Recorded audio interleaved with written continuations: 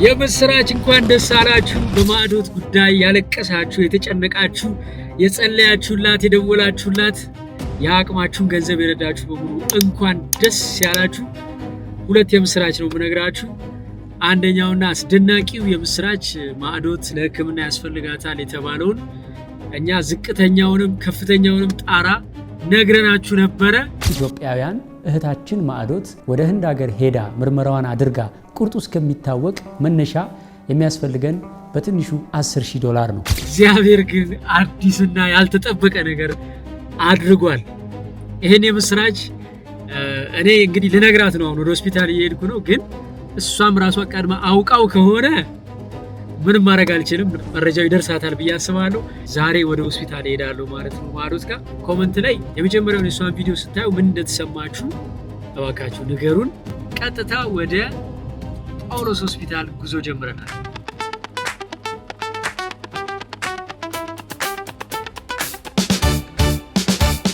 ደርሰናል ጋይስ፣ ህንፃው ላይ ደርሰናል። ለልጃችን ለእህታችን ለማዕዶትም ሆነ እዛ ዋርድ ላይ ላሉት በሙሉ ኢንፌክሽን በጣም ሴንሲቲቭ ስለሆኑ የሆነ ነገር እንኳን ይዘን ከሆነ እንዳናስተላልፍ ማስክ ልትገዛ ሄዳለች። ማስኩ ይምጣና ወደ ላይ እንወጣለን።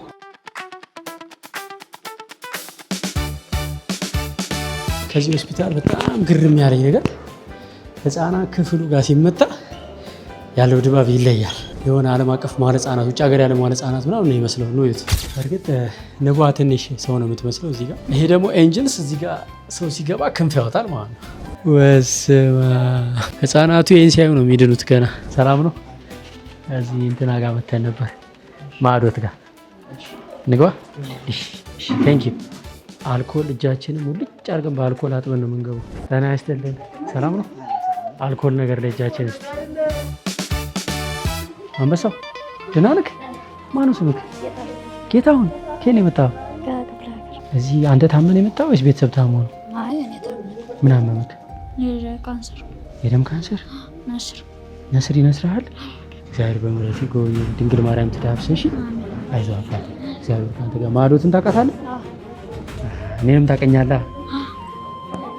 ጤና ይስጥልን። እንዴት ናችሁ? ሰላም ነው ወይ? እንዴት ነሽ እማዬ? ደህና ነሽ? እግዚአብሔር ይመስገን። ማዕዶት እንዴት ነሽ? ድክም ብሎሻል? ደህና ነሽልኝ? እስቲ አርፉ በየኔና ትልቅ ሰው ባልቴት ወይዘሮ ቀሚስሽ 3 ልጆች አሉሽ። እስኪ ቡና አፍሉን። ሰው ከቤተ ክርስቲያን ሲመጣ ቡና እንኳን አታፈሉም እምትል እናት አለች አይደል? የሆነ ብቻ ቀላ ብለሻል። የሆነ እንዴት ነው ደም ግባትሽ ነገር ሞላ ነገር ይሆናል። የደም ገንቦ ነው። ገንቦ ሳይሆን በርሜል ብዬሻለሁ አንቺን። በስማ ቪዲዮ ባይዘዌ በጣም እኛ ከጠበቅነው በላይ እግዚአብሔር የብዙ ሰው ልብ ነው ያራራውና በጣም ብዙ እያለቀስኩ ነው ያዩት ይለኛል። እዛ ካናዳም ሲያገኙኝ እያለቀስኩ ነው ያዩት። ምን አይነት አስተማሪ ልጅ ነች። እኛ እንደዚህ ላይፍ ሁሉ ነገር ሞልቶልን እና ማራለን እንበሳጫለን።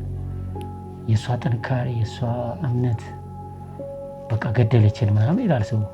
ስልክ የሚያወራው ማን ነበር? ቪዲዮ የተለቀቀ ጊዜ እስከ ሌሊቱ 8 ሰዓት እየደወለ ካለ ጆሮሽ ኩክሽ ቀልጦ በዚህ እየወረደ እንደዚህ በሶፍት እየጠረች እስከ ሌሊቱ 8 ሰዓት ድረስ እየተደወለ ነበር። ማዕዶት እንደ ልጃቸው ቆጥረው በጣም ያለቅሳሉ። በጣም እንጸልይላት ይላሉ። ደግሞ በጣም ያስገረመኝ 2 ሰዎች ነው ማስታወሰው ደውለው መቅኔ ከኛ መቀየር ይችላል ወይ ብለው የጠየቁኝ አሉ። አንዱም እያለቀሰ እኔ ምንም የለኝም ምንም ላደርግላት አልችልም ግን ማድረጉ ይሄንን ብቻ ነው ብለው አልቅሰው ወረኝ ልጅ አረሰው። ኤርትራዊ ነኝ እያሉ ይደውላሉ። እሷ ሲደክማት እህቷ ሲደክማት እኔ ስለእውነት ለምነግስ ከጠዋት ዛሬ ሲደወል ነበር። ከኦሮሞ ሀገር ከሰላሌ ደወለልንም ሰው ነበረ። ከዛ ከትግራይም ደውለውልናል። ብዙ ሰዎች ደውለውልናል። ከድሬም ደውለውልናል። እኔ አንዳንድ ስማቸውን አሁን አላስታውሳቸውም። ሲጣሩ እንኳን ሰምቼ ማላውቃቸው ስሞች የደወሉልኝ ሰዎች አሉ። እና ይህ ሁሉ ከገንዘብ ድሃ የሰው ድሃ ከመሆን የገንዘብ ድሃ መሆን ይሻላል። እኔ የተማርኩበት ማለት ነው። ሙስሊሙ ክርስቲያኑ ሁሉም በቃ ኤቭሪቲንግ ሁሉም በቃ በጣም ኤክሳይትድ ሆኖ እያለቀሰ በቃ በጣም ተነክቶ ነው የሚያናግርህና አብዛኛው ሙስሊምን በጣም ደውሉን አንዱን ጴንጤዎችም ደውሉ የኛን እምነት አይከተሉም አይደል ግን ጸበሉ ሰዳት እንደዚህ አይነት ጸበል ቦታ አይቻሉና እዛው ሰዳት ያሉኝም ሰዎች አሉ። ኢትዮጵያውያን ብቻ ሳይሆኑ ኤርትራውያን ጭምር ብዙ ጊዜ ይሳተፋሉ። በሰው ሀገር ያለ ሁሉ በረከት ይስጣቸው። በጣም የሚገርምሽን የማጽናኛ ቃል የነገረሽ ሰው አለ? ሁሉም ነው። ይሄ ከሌ ማለት አልቻልሽም። ያለቀሱ ወንዶች ሳይቀሩ እያሉ የሚያወራት ማዶት እያይዞሽ እያሉ በጣም ያለቅሱ አሉ። በጣም ተሰምቷቸው የሰው እንትን ልቡ ደምቶ በቃ እያለቀሰ ሲያገኘው አረ ያቺ ልጅ እያለቀስኩ ነው ያየሁት ይለኛል። ይሄን የሚያደርገው ማን ነው? ኢትዮጵያውያንን ኢትዮጵያዊነትን አላየሽበትም? በዚህ አጋጣሚ በዚህ ደረጃ ነገሮች ይሄዳሉ በፍጥነት ብለሽ ጠብቀሻል ወይስ? አልጠበኩም ስል በዚህ ፍጥነት ይሳካል ብዬ አስቤ አልጠበኩም ማለት እንትን እንደምበዙ እንደሚታይ አቅ ነበረ ግን እንትን አላልኩም። የእናቴ ሲም ዘግቶ ነበርና እየገባውን አላየነው። ጠዋት እኔ ሲም ውስጥ ከትቼ ስከፍት ደነገጥን። ይኸውልህ የተለያየ አሻንጉሊት ምንም ልብስ ሳይቀር ከዱባይ ከየት ይዘውላት ነው የሚመጡት። ከግብጽ እንኳን ጸበል ይዘውላት መጥተዋል። ትላንት ማላቃቸው አባት እናት። ጉዞ ፕሮሰስ ተጀመረ። ምን ደረሳችሁ? አሁን ቪዛ ተመቷልና በቃ ትኬት መቁረጥ ነው የቀር። ለስንት ሰው? ለሶስት ሰው ነው። ወደ ህንድ ማለት ነው። ሆስፒታሉ ታውቋል? ሁሉም ሆስፒታሉን ታውቀዋል። የምናርፍበትን ቦታ ሁሉም ነገር ተስተካክሎ ብቻ እኛ መሄድ ነው የቀር። ስለዚህ መቼ ለመሄድ አሰባችሁ? ያው እዛ ምግብ የማይመችም ምናምን እሱን እስከምናዘጋጅ ከዛ እዚህም የጀመረቻቸው መድኃኒቶች ስላሉ እነሱ ቦታ እስከሚይዙ ከዛ እንሄዳለን። ስንት ቀን ይፈጃል ብለሽ ታስቢያለሽ መድኃኒቱ ምናምን? ይህ ሳምንት ሳምንት። ኦኬ። ለማንኛውም በጣም የሚገርም ነው። በዚህ አጭር ጊዜ ውስጥ እንኳን ደስ ያለሽ። እግዚአብሔር ያሰበው እኛ ካሰብነው ጋር አይገናኝም። መድኃኒን እንደፈቀደልሽ ማረጋገጫው ይሄ ነው ለኔ። ልጄ በዚህ ደረጃም ይሆንላታል አላልኩም፣ ግን እግዚአብሔር ደግ ነው። ልክ ከማንም በላይ ልንጃው ለሰው ክፉ መሆን መጥፎ ነው። ከዚህም በፊት ክፉ ላደረገብኝ ክፉ አድርጌበትም አላውቅም፣ አልፈልግም። እንዲህ አይነት ባህሪም የለኝም ተፈጥሮ። ግን አሁን ግን የበለጠ በልጄ ላይ ትምህርት ቤት ነው ሰው ዲግሪ ይዞ ዲፕሎማ ይዞ የሚማረው። እኔ ግን ለ6 ወር በልጄ ላይ ብዙ ምሮኝ እኮ ነው ምሮኝ ስወድቅ እጁ ደግፎኝ። እግዚአብሔርንም ተጨንቀው አብረው እያለቀሱ ቪዲዮሽን ያዩትንም ሰዎች የተሰማሽን ስሜት ንገሪያቸው፣ አመስግኛቸው። በዚህ አጋጣሚ ሁላችሁንም እግዚአብሔር ያክብርልኝ፣ ቤቴ ታክብርልኝ። አሁን በአጭር ጊዜ ግን ውስጥ ናት። እግዚአብሔር ይስጣት፣ እድሜ ይስጣት። የልጅ አዋቂ ናት። እሷ ብትጀምረውም አንተ ፈጥነህ ደረስክላት ለልጄ። መድኃኒዓለም ይድረስልህ ለአንተ ነው። ከኢትዮጵያ ሕዝብ አንተ እንትን ባትላት ኢትዮጵያ ሕዝብ አያውቃትም ልጄ። ሁሉንም ነገር እግዚአብሔር ማድረግ እንደሚችል ነው የተማርኩበት። እግዚአብሔር መልካም ነው። እግዚአብሔር ለቤታችን ድንገማ ክብር አትውሰድ። በቃ እኔ ምንም ምለው የለም። ጦጦ ማርያም ክብር ለሷ እና በጣም እውነቴን ነው የምነግርህ፣ በጣም ከምገባ በላይ እንባዬን ያበሰበት ጊዜ ቢኖር ሐምሌ ወር አረሳው። እንባዬን ካይኔ ያበሰ ሰባራ ልቤን ፈወሰ። የኢትዮጵያውያንን ፍቅር ያየሁበት፣ የእግዚአብሔርን ቸርነት ያየሁበት። እኔ በጣም ነው የማመሰግነው። አሁን ደህና ናት፣ እግዚአብሔር ይመስገን፣ በጣም ደህና ናት። እንግዲህ መጨረሻውን እሱ ያሳምርላት። ይህንን ነፃነት ማግኘት ደስ ይላል አይደል? በቃ መሄድ ብቻ ነው የቀረን። ማለት ቀላል ነገር አይደለም። ውስጥሽ አሁን ምን ይነግርሻል? እንደው ስለ ሕክምናው ስለ መዳን ስታስቢ አሁን ውስጥሽ ምን ይነግርሻል? እንዴት በዚህ በአንድ ሳምንት ውስጥ ሁሉንም ነገር ያሳካው እንዳክ አታውቅም አይደል? ሌላው ቀላል ነው። የባለፈው ህልምሽን ስትነግሪ ተመሳሳይ ህመም ላለባቸው ህጻናትም የሆነ ነገር እንደምታስቢ ነግረሽ ነበር።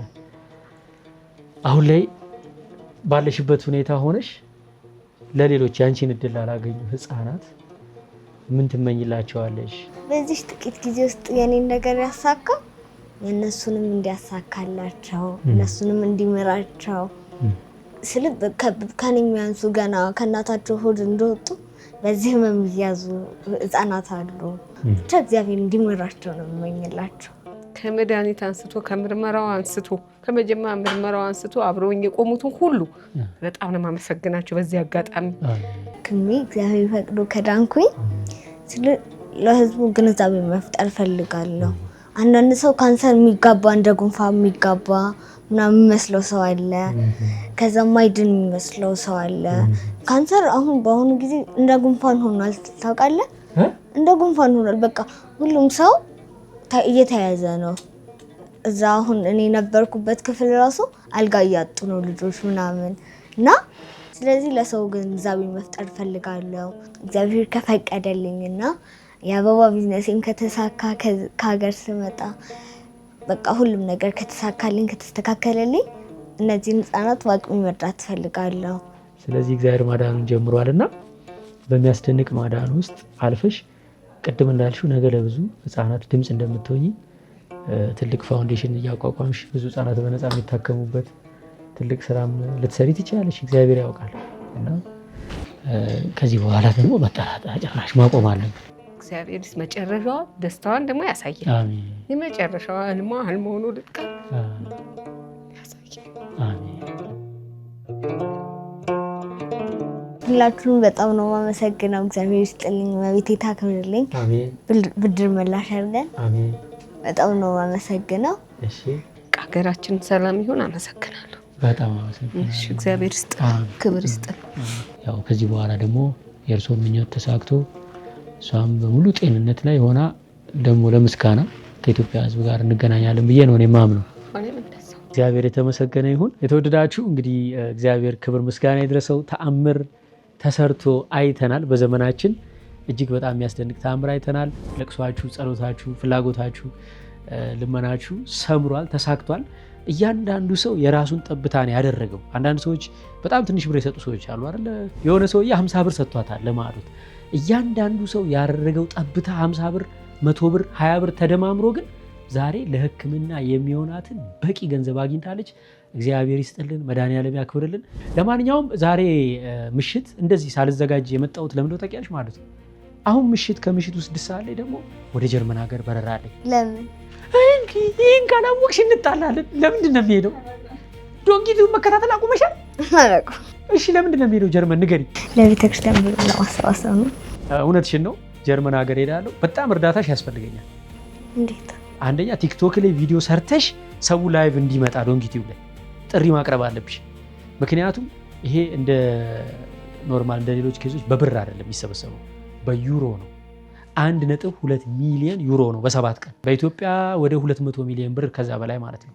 አብረን እንረባረብ። አንቺም ታዋጫለሽ፣ ትፈነክቻለሽ። እና ታዲያ እና እንዴ ሁሉም ያቅሙን ከሰጠ ነው የሚሳካው አልተባባልንም እንዴ? እሺ ጥሪ አቅርቢልኝ።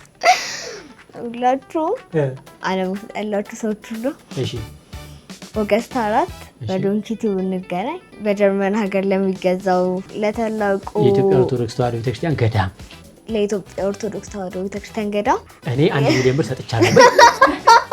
1 ሚሊዮን ዩሮውን እኔ እሸፍናለሁ። 200 ሺውን ብቻ እናንተ አዋጡ እያለች ነው። ላይቭ እንገናኝ። ወዳችኋለሁ። ቻው